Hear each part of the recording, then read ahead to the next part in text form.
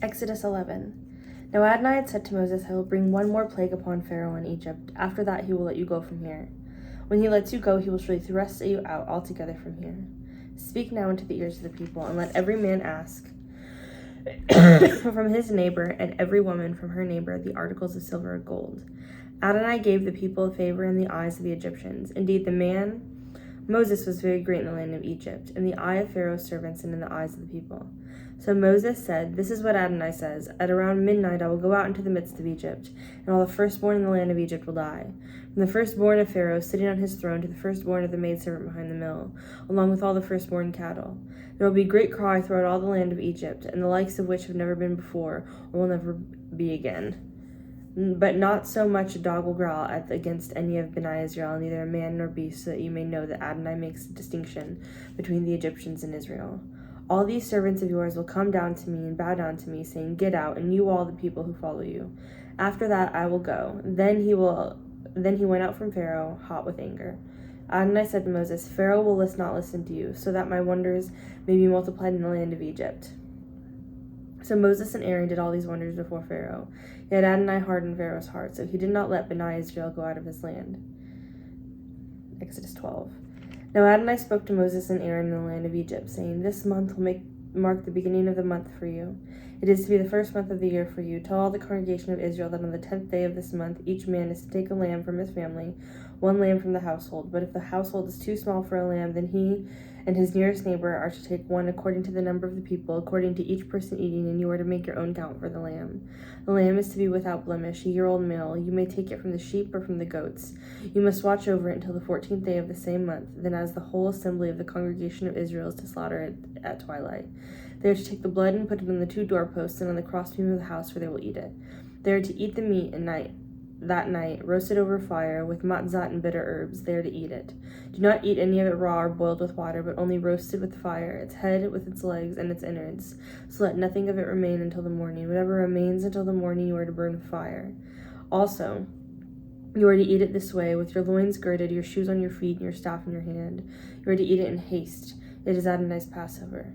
For I will go through the land of Egypt on that night and strike down every firstborn with both men and animals, and I will execute judgments against the God of Egypt. I am Adonai. The blood will be a sign for you in the houses where you are. When I see the blood, I will pass over you. There will be no plague among you to destroy when I strike the land of Egypt. This day is to be a memorial for you. You are to keep it as a feast to Adonai. Throughout your generations, you are to keep it as an eternal ordinance. For 7 days you are to eat matzah, but on the first day you must remove hametz from your house. For whoever eats hametz from the first day until the 7th day, that soul will be cut off from Israel. The first day is to be a holy assembly for you, as well as the 7th day. No manner of work is to be done in those days, except what is to be eaten by every person. That alone may be prepared for you. So you are to observe the feast of matzah. For on this very same day, have I brought your ranks out of the land of Egypt. Therefore you are to observe this day throughout your generation as an eternal ordinance. During the first month, in the evening of the 14th day of the month, you are to eat matzah until the evening of the 21st day of the month. For 7 days no hametz is to be found in your houses, for whoever eats hametz, that soul will be cut off from the congregation of Israel, whether he is an outsider or the one who was born in all the land. You are to eat no hametz. In all your houses you are to eat matzah.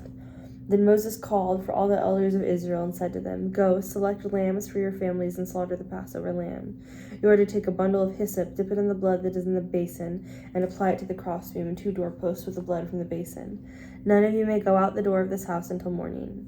Adonai will pass through to strike down with the Egyptians, but when he sees blood on the crossbeam and the 2 doorposts, Adonai will pass over the door and will not allow the destroyer to come into your house to strike you down.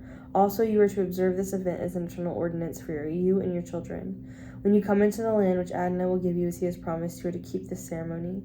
Now when it happens that your children ask you, What does this ceremony mean to you? You are to say, It is the sacrifice of Adonai's Passover, because he passed over the house of Bani Israel in Egypt, when he struck down the Egyptians but spared our household. So the people bowed their heads and worshipped. Then Bani Israel went and did it. They did just as Adonai had commanded Moses and Aaron. So it came out at midnight that Adonai struck down all the firstborn in the land of Egypt, from the firstborn of Pharaoh sitting on his throne to the firstborn of the captive who was in the dungeon, and all the firstborn cattle. Then Pharaoh rose up in the night, and he and his servants and all the Egyptians, and there was a loud wailing in Egypt. for there was not a house where someone was not dead. So he called for Moses and Aaron at night and said, "Rise up, go out from my people, both you and Bani Israel. Go serve Adonai as you have said. Take your flocks and your herds, as you said, and be gone, but bless me too." Now the Egyptians urged the people, sending them out of the land quickly, for they thought, "We will all be dead." And so the people took their dough before it was leavened, with their kneading bowls and round up in their clothes on their shoulders. So Bani Israel acted according to the word of Moses. They asked the Egyptians for articles of silver and gold and for clothing. Adonai gave the people favor in the eyes of the Egyptians and let them have what they asked for. So they plundered the Egyptians. Then Bani Israel journeyed from Ramses to Succoth, about 600,000 men on foot, as well as children. Also a mixed multitude went up with them, along with the flocks, herds, and heavy livestock. They had baked matzah cakes from the dough, and they brought out of Egypt. It had no hametz, because they were thrust out of Egypt. He could not delay, so they had not made provisions for themselves. Now the time that Bani Israel lived in Egypt was 430 years. So it happened at the end of 430 years, to the very day that all the armies of Adonai went out from the land of Egypt. It was night of watching for Adonai to bring them out of the land of Egypt. This same night is a night of vigil for Adonai, for all Bani Israel through the generations. Then Adonai said to Moses and Aaron, "This is the ordinance of the Passover. No foreigner may eat it, but every man's servant that is brought for money after you should have circumcised him may eat it. Nor should a visitor or a hired servant eat it. It is to be eaten inside a single house. You are not to carry the meat out of the house, nor are you to break any of its bones. All the congregation of Israel must keep it. But if an outsider dwells with you, who would keep the Passover for Adonai? All his males must be circumcised, and let him draw near and keep it. He will be like one who is native to the land, but no uncircumcised person may eat from it. The same Torah applies to the native as well as the outsider who dwells among them." So all Bani Israel did so. They did just as Adonai commanded Moses and Aaron. It was on that very day that Adonai brought Bani Israel out of the land of Egypt as armies. Chapter 13, Exodus 13. Adonai spoke to Moses, saying, "Consecrate to me all the firstborn from every womb of Bani Israel, both men and animals. This is mine." Moses said to the people, "Remember this day on which you came out from Egypt, out of the house of bondage, for by a strong hand Adonai brought you out from this place. No hametz may be eaten. This day in the 9th month of Aviv you are going out. When Adonai brings you into the land of the Canaanites, the Hittites, the Amorites, the Hivites, and the Jebusites, which he swore to your fathers to give you a land flowing with milk and honey, you are to observe this service during the month. For the 7 days you are to eat matzah, and the 7th day is to be a feast to Adonai. Matzah is to be eaten throughout the 7 days, and no hametz is to be seen among you nor within any of your brothers. You are to tell your son that on that day it is because of what Adonai did for me when I came out of Egypt. So it will be like a sign on your hand and a reminder between your eyes, so that the Torah of Adonai may be in your mouth. For with a strong hand Adonai has brought you out of Egypt. You are to keep this ordinance as a moed from year to year. Now when Adonai brings you into the land of the Canaanite, as he swore to you and your fathers and gives it to you, you are to set apart to Adonai every firstborn from the womb, and every firstborn male you have will be Adonai's. Every firstborn donkey you are to redeem with a lamb, and if you do not redeem it, then you are to break its neck. But you are to redeem every firstborn male among your sons. So when your son asks you in times to come, "What is this?" say to him, "By a strong hand Adonai brought us out from Egypt, the house of bondage. And when Pharaoh refused to let us go, Adonai slew all the firstborn in the land of Egypt, both men and animals. So I sacrificed to Adonai all the firstborn males, but I redeemed the firstborn of my sons. So it will be like a sign on your hand, like the frontlets between your eyes. For by a strong hand Adonai brought us out of Egypt." After Pharaoh had let the people go, God did not lead them along the road to the land of the Philistines, although that was nearby. For God said the people might change their minds, so that they see war and return to Egypt. So God led the people around by the way of the wilderness of the Sea of Reeds. And Bani Israel went up out of the land of Egypt armed. Moses also took the bones of Joseph with him, for he had made Bani Israel swear an oath, saying, "God will surely remember you, and then you are to carry my bones away with you." So they journeyed from Succoth and encamped in Etham on the edge of the wilderness. Adonai went before them in a pillar of cloud by day to lead the way, and the pillar of fire by night to give them light, so they could travel both day and night. The pillar of cloud by day and the pillar of fire by night never departed from the people. Chapter 14. Adonai spoke to Moses, saying, "Speak to Bani Israel so that they turn back and encamp before Pi Hahiroth, between Migdol and the sea. You are to camp by the sea, opposite Baal-Zephon. Pharaoh will say concerning Bani Israel, they are wandering aimlessly in the land, and the wilderness has shut them in. I will harden Pharaoh's heart so he will follow after them. Then I will be glorified over Pharaoh along with all his army, and the Egyptians will know that I am Adonai." So they did so. When the king of Egypt was told that the people had fled, Pharaoh and his servants had a change of heart toward the people, and they said, "What is this we have done, that we have let Israel go from serving us?" So he prepared his chariots, and took his people with him. He took 600 of the finest chariots, along with all other chariots of Egypt, and captains over them. Adonai hardened the heart of Pharaoh the king of Egypt, so he pursued Bani Israel. For Bani Israel went out with a high hand, but the Egyptians pursued them with all its horses and the chariots of Pharaoh, all Wells his charioteers and his army, and overtook them as they were encamped by the sea, by side Pi Hahiroth, but opposite Baal Zephon. When Pharaoh drew near, Bani Israel lifted up their eyes, and behold, the Egyptians were marching after them, so they were terrified. Bani Israel cried out to Adonai. They said to Moses, "Have you taken us away to die in the wilderness because there were no graves in Egypt? Why have you dealt this way with us, to bring us out of Egypt? Did we not say to you in Egypt, 'Let us alone, so that we may serve the Egyptians'? It was better for us to serve the Egyptians than to die in the wilderness." But Moses said to his people, "Don't be afraid, stand still and see the salvation of Adonai, which he will perform for you today. You have seen the Egyptians today, but you will never see them again, ever. Adonai will fight for you while you hold your peace." Then Adonai said to Moses, "Why are you crying to me?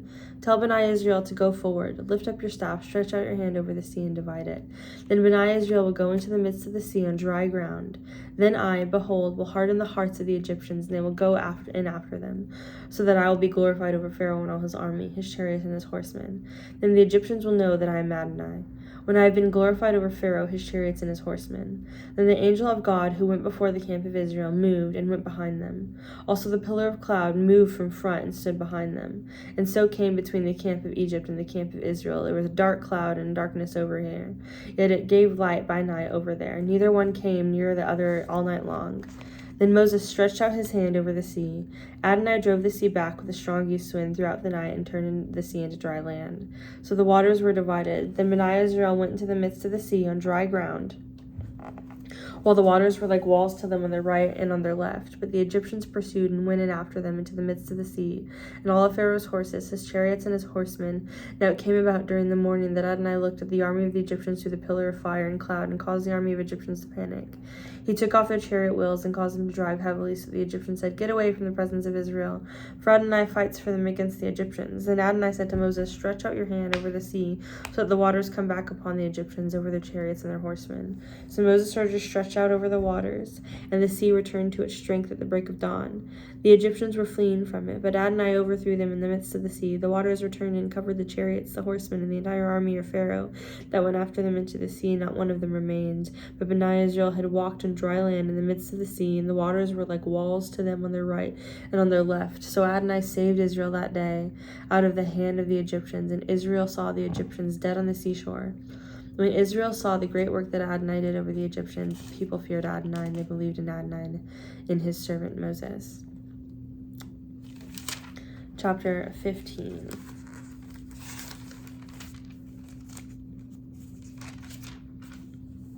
Then Moses and Bani Israel sang this song to Adonai. "I will sing to Adonai, for he is highly exalted. The horse and its rider he has thrown into the sea. Adonai is my strength and my song, and he has become my salvation. This is my God, and I will glorify him. My father's God, and I will exalt him. Adonai is a warrior. Adonai is his name. Pharaoh's chariots and his army he has hurled into the sea, and its chosen captains have sunk into the sea of reeds. The deep covers them. They sink into the depths like a stone. Your right hand, Adonai, is the glorious power. Your right hand, Adonai, dashes the enemy to pieces. In the greatness of your excellency, you overthrow those who resist you. You send forth your wrath. It consumes them as stubble. With a blast of your nostrils, the waters piled up. The floods stood upright as a heap. The deep became firm ground in the hearts of the Dead Sea. Of the sea. The enemy said, "I will pursue, I will overtake, I will divide the spoil. My lust shall gorge on them. I will draw my sword, my hand will destroy them. You blew with your wind, the sea covered them. They sank like lead in the mighty waters. Who is like you, Adonai, among the gods? Who is like you, glorious in holiness, awesome in praises, doing wonders? You stretched out right hand, the earth swallowed them. You, in your loving kindness, let the people you have redeemed.